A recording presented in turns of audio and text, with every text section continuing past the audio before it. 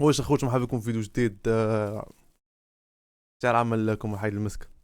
احتراما لكم الفيديو اللي قبل الاخر وين على الابستين فايلز ياك واحد البارتي مشيت سبازيت على دونالد ترامب حيت خونا صافي هبل دونالد ترامب الدراري خو انسان مفقدها. اما انا ما ندخلوش في ديك الهيد ديال الدوله العميقه وما وراء دونالد ترامب والريتش جوز وكذا، ولكن حنا كندوي دابا غير حنا كنشوفوا شنو طاري من الفوق.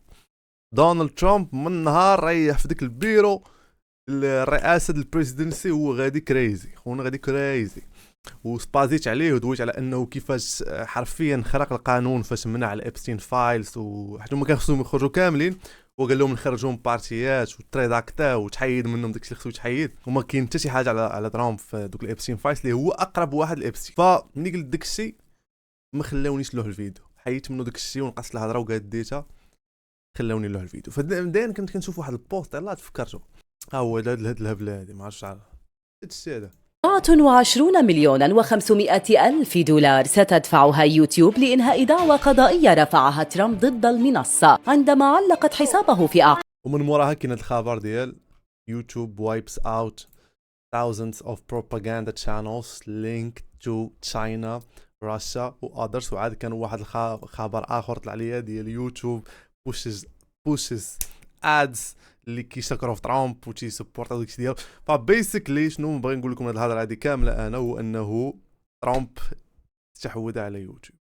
اي حاجه فهمتي كاين بيج تشانس انه الهضره اللي كتقال خايبه على ترامب ماشي كيحيدوا الفيديو، كاين راه صافي تتفلاك مابقاش طلع الناس بقات تربح على ديك الفيديو والو ذاتس. حنايا الدراري الفيديو داير ما تلاحش ولا شي حاجه اصلا، الا تلاح راه غادي تشوفوه، ما تلاحش ما تشوف الا شي حاجه انا نقول لكم شنو طرا في الفيديو واش فلاكا ولا لا. anyways ترامب بعد ديك الخرقه القانون ديال ابستين كينوض كيخرق القانون بطريقه اخرى، يبولابي على واحد الدوله بحجه انهم تيصيفطوا الفين سميتو ياك الفين طانير وما سميتو داك واحد المخدر، بانهم بحجه انهم كيصيفطوا داك المخدر للامريكان وتيخرجوا على الشباب وكذا، مشى بولابي عليهم فرق عليهم الميليتري ديالهم، هز الرئيس لايح ليه فيديو ديالو كيختطف فيه. هو التهال اش كيدير دونالد ترامب دابا شنو فين هي ديك المنظمه ديك اللي ديال يونايتد نيشنز، منظمه الامم وما عرفتني اتحاد الامم ولا سميتو، اللي زعما كتضمن السلام ديال العالم. دابا صافي هاد نيتانياهو وترامب كيديروا ما بغاو، ما بقاش عندهم ما يديروا داك اليونايتد نيشنز ولا الدول الاخرين، حتى ما كاينش غير الامريكان حاليا اللي قوه عظمى، كاين حتى تشاينا بالبين. تشاينا راه واحد الشينوي ديك النهار خارج كي فليكسي بحال هكذا في اللايف تيقول لهم غتقربوا لينا امريكان غنبلبلوها. اسمع شي يقول راه شو الخطوه اللي تيهضر بها خونا. اسمع شي يقول. If you want to impose nuclear war on China, you will be wiped out. China will not fire the first shot, but China will not allow you to fire the second shot. وعاد غيدوي على شنو عندهم. China is the only country with hydrogen. عندهم الهيدروجين خونا هاد ما عرف وقيلا شي بريزيدنت في زعما شي مينيستر في الشينوا، شي رئيس ولا لعيب شي وزير ديال شي حاجه في الشينوا بحال هكذا فليكس قال لهم الشينوا راه غادي الامريكان غتصيفطوا لينا شي نوكلير ويبن كما درتو مع الجابون شحال، ولكن راه حتى حنا راه غادي نجاوبوكم هاد الخطره هادي. سو ديس تايم ماشي امريكا الوحيده اللي قوه عظمى في العالم، راه كاينين دول اخرى بحال روسيا بحال الشينوا بحال كوريا الجنوبيه غير في كوتي اسلحه وبالفعل. يعني دابا امريكان فاش غادت وترامب فاش غاديو يخرقوا القانون بالطريقه ديال يمشيو عند رئيس وقت ما بغاو يحيدوه شويه، قال لك دابا راه جايه قال لك دوله اخرى مورا فنزويلا. انت قال لك ترامب قال لدى الرئيس الكولومبي غوستافو بيترو ولا سميتو بيترو مصانع كوكايين وعليه ان يكون حاضرا، حتى هو غيبولابي عليه غيشاطفو هو ومرته. فملي تولي امريكان تدير اللي بغات، كتمشي عند الرؤساء كتحيدهم كتشاطفهم كتاتاكي دول بدون سبب، هاد الشيء غيعطي الضوء الاخضر للدول الاخرين اللي تاهم عندهم باور تا هما يبداو يديروا ما بغاو. فدابا الشينوا غتولي هي كتبولابي على الجابون كتحيد لها داكشي اللي بغات. شكون اللي غيدوي؟ اليونايتد نيشنز هما ساكتين، الاخر وورك اللي من خاصو يتشد ما كيتشدش. او ترامب دابا كيدير ما بغا كريزي ستاف جوين اون. وما دابا واش الهضره اللي تنقول تقدر دوز ولا لا حتى يوتيوب لي ولا كيف هما الدارجه. انا ما قلت والو، حنا باغي كنشوف غير وجهه، ما تعمقناش كاع في هذا. المهم دخلنا بهالطريقه هذه العوجه. كي دايرين بعد نتوما الدراري بخير لاباس عليكم؟ غنشوف واحد الانترو خفيف باش ندخلوا الفيديو من الاول ونشرحوا داكشي كيفاش بادي من الاول. اوكي الوضع في المغرب احسن من وضع فرنسا.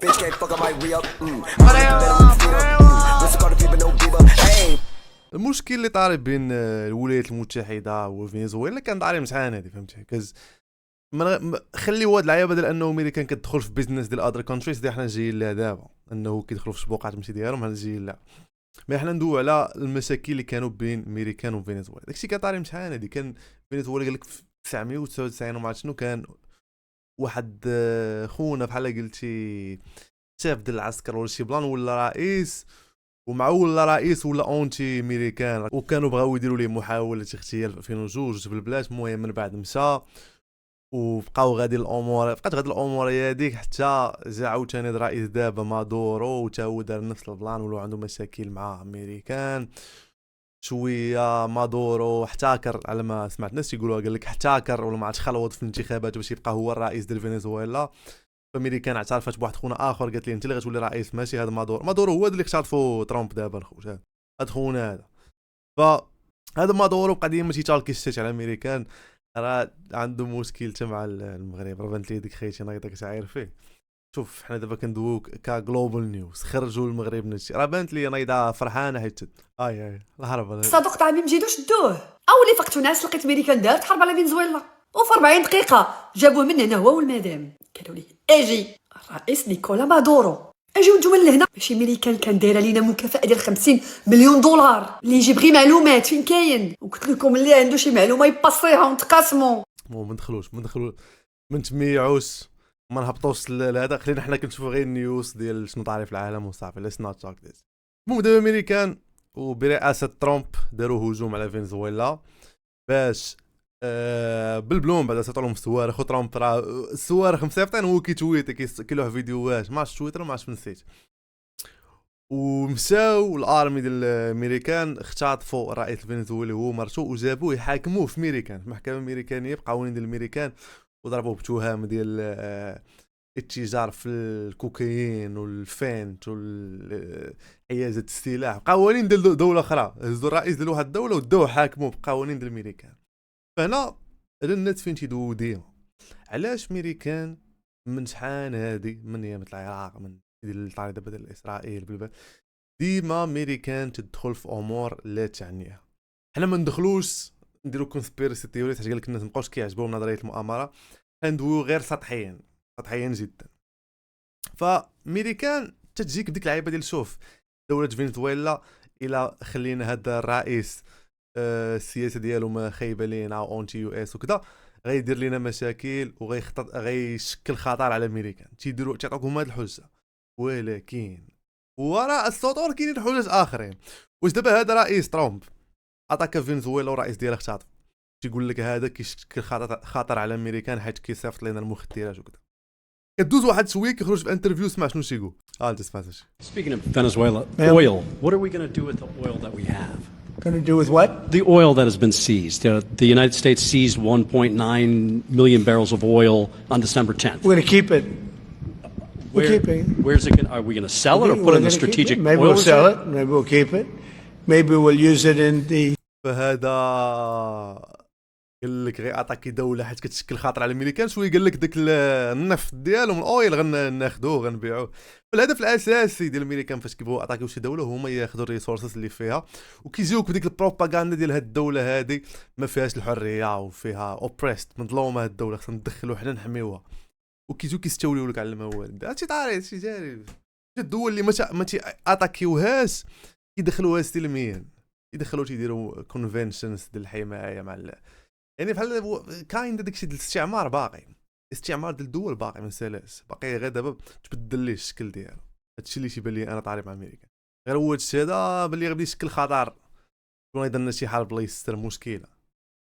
فسميتو كما قلت لكم الامريكان غتولي كدير بحال هكذا كما بغات، وداك اتحاد الامم المتحده ما كيقولوا والو صافي غير الدول الاخرين تما يديروا ما بغاو. يجيو تما يعطيو شي دوله يحيدوا لها الاويل ديالها. الاويل راه ماشي هو الزيت النفط، يخرج منه بترول ليسونس ديال الطيارات ديك جيت فيول كيتخرج منه بلانات فهمتي الزفت ديال الطريق شحال من حاجه كتخرج منه شحال من المواد كيخرجوا من داك النفط اللي في الارض ملي كيتحاب لي النفط زعما فهمتي المهم اي جيس كتعرفوا نتوما هو شنو دابا دار كما قلت لكم دونالد ترامب اختطف الرئيس هاي التصور ديالو مختطف ومني تختطف دونالد ترامب لاح هذا التويت هذا في واحد البلاتفورم ما بقاش كيلوح في تويتر مشى لواحد البلاتفورم اخرى المهم بحال تويتر قال لهم نيكولاس مادورو اون بورد ذا يونايتد ستيتس شي حاجه ايوو جيما ما عرفت شنو تيقول هذا ما علينا لاح التصور ديالو هو حط ضارب صراحه كلين وخم اختطفوا هذه حطها كلين شو راه بداو يديروا على الميمز اي حاجه دابا ولات كيدير على الميمز ما عرفت شنو يطرا اي حاجه شي دولي يلوحوا عليها قنبله غيديروا عليهم طرولات عندي شنو الحطه ديالو شنو هي ديك زعما الاثمنه ديال داكشي اللي لابس راه جابوها بالعبار وعاد لو واحد زاد قرعه المشايه شوف هاد الاي اي ديال تايلا والله حتى كيقلي لي دماغي والله مابقيتش قادر نشوف هاد الفيديوهات والله حتى وليت كنمرض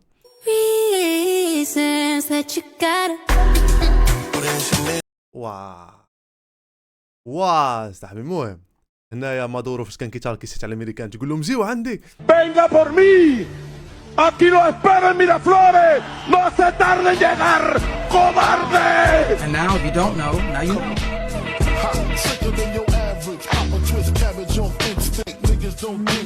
هاي التصويره ديالهم اخر في حبس شادينو وهي هنا فاش وصل للمحكمه ديال نيويورك باش يتحاكم بقوانين ديال نيويورك ديال امريكا قوانين فيدراليه امريكيه واخا هو ماشي امريكاني رئيس الدوله اخرى روخونا باش كيعجبك مدريبي هاد مادو لا بينديغا وبزاف ديال الدول بحال هكاس فرنسا الانجليز الارجنتين بزاف ديال الدول سبورطاو الامريكا في القرار ديالها بينما دول اخرين عارضوها حتى داك الميور جديد داك مامداني هو عارض القرار ديال ترامب لانه يمشي يختطف رئيس الدوله اخرى واسرائيل ماشي غير حيت اسرائيل راهي امريكان بلا ما تيغلط دابا والله راهي نفس الدوله راهي نفس الحال راهي ولايه من امريكان اسرائيل راه بنادم ما عارفش العيب ف سميتو اسرائيل ماشي غير سيبورتا ترامب في القرار ديالو قالت لهم هذاك الشيء خاصو يطرا في ايران خاص ايران حتى يطرا لها نفس البلان اختطفوا الرئيس ديالها قال لك حيت كيديفلوبيو شي صواريخ وداك الشيء المهم اي جاي بالبال جاي الدراري غنشوفوا دابا فيديوهات داروهم الناس على البلان باش نناقشوا امور اخرى لماذا الشعب يحتفل في فنزويلا رئيس فنزويلا والشعب قاعد يحتفل ليه مادورو ما يعتبر رئيس فنزويلا الرسمي اي نعم المفروض انه خسر الانتخابات ب2024 والحياة في فنزويلا صارت جدا سيئة الموية قليلة جدا والكهرب تطفي لمدة 10 ساعات باليوم والاسعار اوكي صوت جاي من الجهه الاخرى ياس حتى امريكان فاش كانت اتاكات العراق وفاش كانت طرات الحرب في سوريا المهم اي دوله ما طرا فيها شي حرب راه تينوض تحيد داك البريزيدنت اللي كان ظالم على ما تيقولوا الدول الاخرين راه تيفرح الشعب ولكن من بعد شوف سير دابا شوف السيتوياسيون ديالهم كي دايره من مورا دابا اما دابا فنزويلا غيفرحوا واش في نظرك امريكان غترخص لهم المعيشه راه غتاخذ داك الاويل داك النفط وغتمشي في حاله صغيره وإلا ما زادتش كفتات الامور اكثر كاع فماشي زعما ياس هو راه كان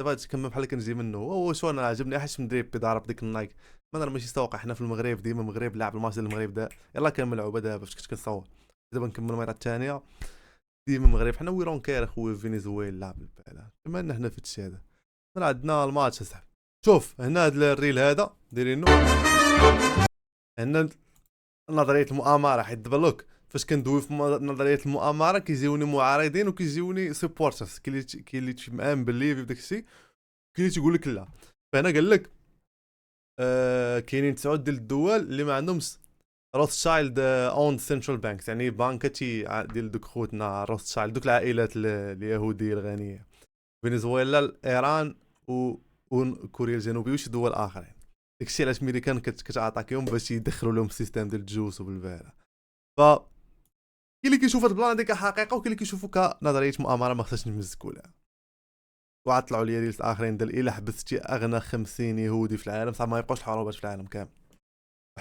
حروبات من جهه الحروبات ما يبقاوش حروبات الدراري المهم ف let me know نتوما واش مع هاد نظريه المؤامره واللعيب نظريات زعما راه كاينين مؤامرات في الخفاء ولا نتوما لا ما كتامنوش بالامور تيبان لكم السياسه كما هي غاده بحال شي داكشي اللي كيبان لكم في الميديا هو اللي غادي هو نشوفوا المغاربه اش كيقولوا في هذا الموضوع. حنا عندنا الفهم شويه ثقيل. واسمحوا فيه يا خويا، وما كاينش اللي هضر، ما كاينش اللي استنكر كيدوي عليه بحال كيجي من العائله شي ولد خالته طرا عليه شي مشكل وما معاونوش عائلته. المغاربه عندنا اللغه بحال كتميع علينا الامور، وراه كيدوي على رئيس تختار. واسمحوا فيه يا خويا، عائلته وما كاينش اللي هضر، ما كاينش اللي استنكر ودار واحد استنكار. سكوات. صبحنا لقينا امريكان كتقول لنا باننا الرئيس الفنزويلي والزوجه ديالو هزيناهم في طيارات ديناهم، وزير الدفاع ديالو اللي نائب الرئيس اوتوماتيكمون قتلناه. شحال ديال الوقت؟ ساعتين. شفنا صواريخ فن فن فن فن، شفناهم دخلوا حتى للقصر. ووقعات الفنزويلا ما غادي تكون الا في صالح المملكه المغربيه، لاننا كنعرفوا كيفاش واحد من الداعمين الاساسيين للبوليزاريو كيجيبهم عنده يقراو. واش دابا داكشي على الاسقاط وراه حتى حماس كانوا تيسيبورتيو البوليزاريو. يو نو وات، يو نو ذا ريزون وايت. راك عارف علاش الساعات هادي راه رياكسيون، لانه دول تيسيبورتيو البوليزاريو راه رياكسيون، راه ماشي راه تيدافعوا. راه غادي ندركوا الدراري يشتمش بالغربال، راه عارفين القرار اللي كيخلي الدول الاخرين وصافي خليونا ساكتين. الدراري الله يسهل عليكم ما دخلوش في هذا الماء. دابا درتوا لا اسقاط على بوليزاريو. ايوا يقولوا لي عاوتاني خائن الوطن. والثاني راه بس الصحراء مغربيه. انا الصحراء ودري تنبغي الصحراء.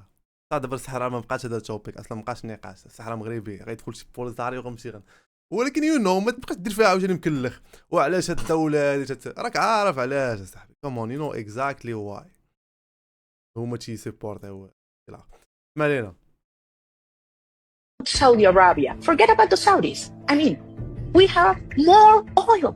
هادي I mean, infinite. هادي اللي غتولي رئيسه جديده ديال الفنزويلا. طيحوا خونا الناس بداو جارين مع الفيلم هذا اللي قلت لكم. هادشي اللي عاودت لكم دابا ولاو جارين مع. So you're telling me Venezuela has 330 billion barrels of oil? Correct, Peter. Enough oil to make every freedom-loving missile suddenly very emotional. And it's like, what, $43 a barrel? That's... Hold on. $14 trillion. Look at you doing math, Peter. Somewhere Wall Street just felt a disturbance in the force. Wait a second. Doesn't Venezuela not have a Rothschild-owned central bank? Like Cuba? المهم الناس راه بداو جارين مع الامور هذه. شوفوا هذا الشخص تا شنو غيقول. اللي بيصير بين امريكا وفنزويلا لعبه سياسيه قذره ولكن ممتازه لجيبتك.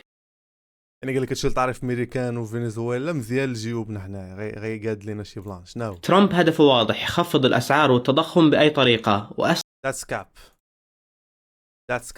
زر بيضغطه هو النفط. فنزويلا عندها أكبر احتياطي نفط في العالم 17% من المجموع، وفي الماضي كانت تنتج 3 مليون برميل يوميا ولكن خفضته لمليون برميل فقط. فلو رجع جزء من هذا الإنتاج النفط بصير أرخص والبنزين أرخص والشحن أرخص، ولو رخص الشحن أسعار كل شيء بتنخفض. وأيضا الفدرال الأمريكي ما بيضطر يرفع نسبة الفائدة لتقليل التضخم، فبتزيد السيولة وبترتفع الأسواق. فكل هذه هي محاولة مباشرة لجعل حياتك أرخص، والمستفيد الأول هو ترامب وجيبتك. حولي الحمد لله. ما سحبش لي أنا صح والله ما كنت عارف هذا الشيء. كان كيسحب لي ترامب شرير باغي لينا الشر، باغي يهاجم على الدولة. ترامب باغي لنا الخير اصاحبي. أنا عندي واحد اس اش الدراري دابا ترامب ني يهزم الاخر غير خاص ليسونس غنولي بلاص ما نديرهاش. حالا هو ترامب خويا سير الله يرضي عليك. سير خويا ترامب سير زيد ترامب زيد صافي خويا ترامب دبليو مان. اللي عنده شي طوموبيل اللي عنده شي هذا يفرح، اللي عنده شي كاميو اللي عنده شي كار ليسونس غير خاص مازوت غير خاص وليا دبليو تشات. يلا الدراري اللي كيف في الفيديو ما ندويش اكثر على هذا الموضوع. اللي بغى يتعمق اكثر يمشي يقلب. حنا كنرفعوا عليكم واحد الشويه وسع.